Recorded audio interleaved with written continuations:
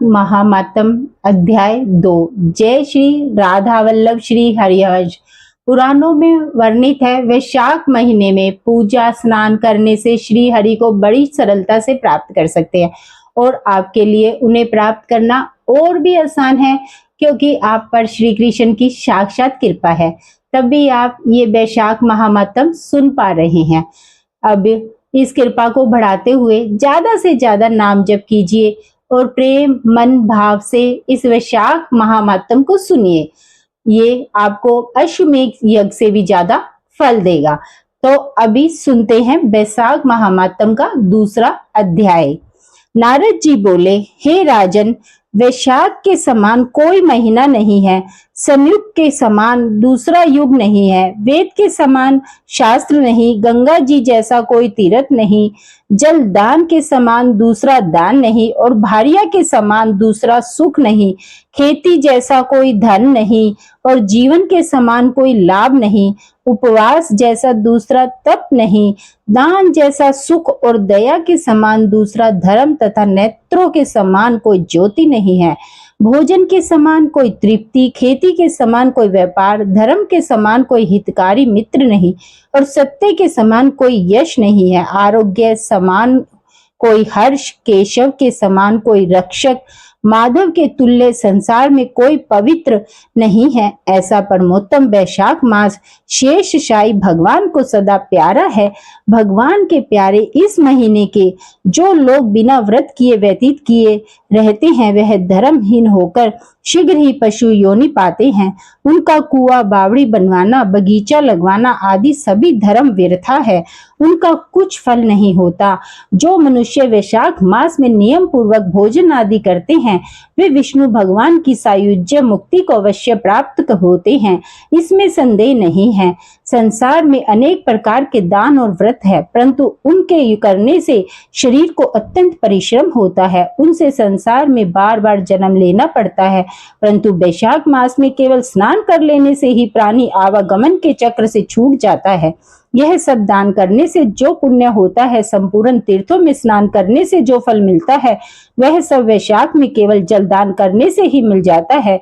जिसमें जल दान करने की सामर्थ्य न हो, वे ऐश्वर्य की इच्छा करने वाले दूसरों को कहकर जल दान करावे। यह कर्म भी सब दोनों दानों में अधिक है। तराजू के पलड़ी में सब प्रकार के दान और दूसरे जलदान रखकर तोले तो जलदान ही भारी निकलेगा। जो यात्रियों के लिए प्याऊ लगाकर जलदान करता है, वह अपने करोड़ों कुल का उद्धार कर विष्णु लोक को जाता है। हे राजन, प्याऊ लगाने से देवता, पितृ और ऋषि सब निसंदेह अत्यंत प्रसन्न होते हैं। जो प्याऊ लगा थके हुए यात्रियों को संतुष्ट करता है, उससे ब्रह्मा, विष्णु और शिव सब देवता प्रसन्न होते हैं। जो जल की इच्छा हो तो जलदान करे, छाया की इच्छा हो तो छतरी दे, और हे राजन, जो विजन की इच्छा हो तो वैशाख में पंखा दान करे। जितने दान बताए हैं, उनमें जलदान, छत्र दान और पंखा दान सबसे उत्तम दान है। इन्हीं का दान वैशाख में अवश्य करना चाहिए। जो वैशाख के महीने में कुटुंबी ब्राह्मण को जल से भरा घड़ा नहीं देता, वह चातक की योनि पाता है। जो प्यासे महात्मा को शीतल जल पिलाता है, उसे हे राजेंद्र 100 राजसूय यज्ञ करने का फल मिलता है। जो धूप, परिश्रम और पसीना से व्याकुल ब्राह्मण को पंखा से हवा करता है, वह सब पापों से रहित हो गरुड़ के समान हो जाता है। जो मनुष्य वैशाख में ब्राह्मण को पंखा नहीं देता, वह उनके प्रकार के वात रोगों से पीड़ित हो नरक भोगता है। जो थके ब्राह्मण की वस्त्र से हवा करता है, वह सब पापों से छूटकर विष्णु भगवान की सायुज्य मुक्ति पाता है। जो शुद्ध मन से ताड़ कर पंखा दान करते हैं, वे सब पापों से छूटकर विष्णु लोक को जाते हैं। तुरंत श्रम दूर करने वाले पंखे का दान नहीं करने वाले अनेक प्रकार की यातनाएं भोग कर संसार से पापी होते हैं। हे राजेंद्र, आध्यात्मिक दुख की शांति के निमित्त वैशाख मास में छत्री दान करना उचित है। जो मनुष्य विष्णु भगवान के प्यारे इस वैशाख मास में छत्री दान नहीं करते, उनको कहीं छाया नहीं मिलती और वे महाक्रूर पिशाच बन पृथ्वी पर घूमते हैं। वैशाख में जो खड़ाऊ दान करते हैं, वे यम दूतों का तिरस्कार कर विष्णु लोक को जाते हैं। जो वैशाख मास में जूता दान करते हैं, उन्हें नरक की यातना नहीं भोगनी पड़ती, न उसे संसार के दुख सताते हैं। ब्राह्मण के याचना करने पर खड़ाऊ दान करने वाला पृथ्वी पर करोड़ों जन्म तक राजा योग्य होता है। जो मनुष्य मार्ग में श्रम को दूर करने के लिए स्थान बनवाता है, उसका फल वर्णन करने में ब्रह्मा भी असमर्थ है। दोपहर को जो कोई अतिथि या ब्राह्मण मिले, उसको भोजन कराने का फल ब्रह्मा जी भी नहीं कर सकते। हे राजन, अन्नदान मनुष्य को तत्काल तृप्ति करने वाला है। संसार में अन्नदान के समान कोई दान नहीं है।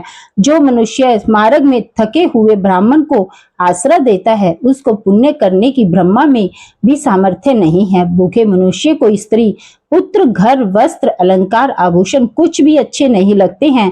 पेट भरने पर ही सब अच्छे लगते हैं। इसलिए अन्नदान के समान न कुछ हुआ है न आगे होगा। जो वैशाख में थके हुए ब्राह्मण को अन्नदान नहीं देता, वह पिशाच बनकर पृथ्वी पर अपना ही मांस खाता फिरता है। इसलिए ब्राह्मण को यथाशक्ति अन्न देना उचित है। हे राजन, अन्नदाता माता पिता को भी भुला देता है। जब दानी वह दानी ही को अपना सर्वस्व समझने लगता है। इससे त्रिलोकी में सब अन्न की ही प्रशंसा करते हैं। माता पिता के केवल जन्म देते हैं, परंतु पंडित लोग संसार में अन्न के दानी को ही पिता कहते हैं। हे राजन, अन्नदाता में सब धर्म निवास करते हैं। ये था वैशाख मास का दूसरा अध्याय जो आपने सुना है। तीसरे अध्याय में हम आगे की कथा सुनेंगे।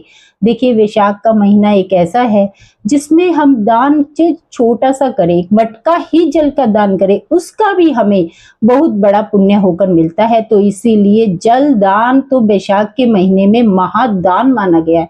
तो आप जल का दान जरूर करें। जिसकी जितनी गुंजाइश हो उतना ही दान करें, लेकिन उसका फल बहुत ज्यादा मिलेगा। और वैशाख के महीने में त्रिवेणी सींचने का भी बहुत धर्म होता है। नीम, बड़, पीपल, आगटा, ये सब हमें सींचना चाहिए। जो जरूर डालना चाहिए उस पानी में। और खीरा, ककड़ी हमें वैशाख के महीने में जरूर चढ़ाना चाहिए, उसका भी बहुत बड़ा पुण्य मिलता है। तो वैशाख का महीना श्री हरि को अति प्रिय है, पुण्यदायी है, फलदायी है, मनोकामना पूर्ण करने वाला है। तो इसीलिए आप वैशाख के महीने का लाभ जरूर उठाइए। गृहस्थ आश्रम वालों को तो सबसे ज्यादा उठाना चाहिए। और अगर आपको मेरा वैशाख महात्म अच्छा लगा हो तो प्लीज ज्यादा से ज्यादा शेयर जरूर करिएगा वीडियो को, क्योंकि हम सनातन धर्म को बढ़ाना चाहते हैं। और चैनल पर नए हैं तो प्लीज प्लीज सब्सक्राइब करें, बेल आइकन को दबाएं ताकि हर नोटिफिकेशन आप तक पहुंच सके। और लाइक करना बिल्कुल ना भूले और कमेंट में जय श्री राधे जरूर लिखें। धन्यवाद। जय जय राधा वल्लभ श्री हरिवंश।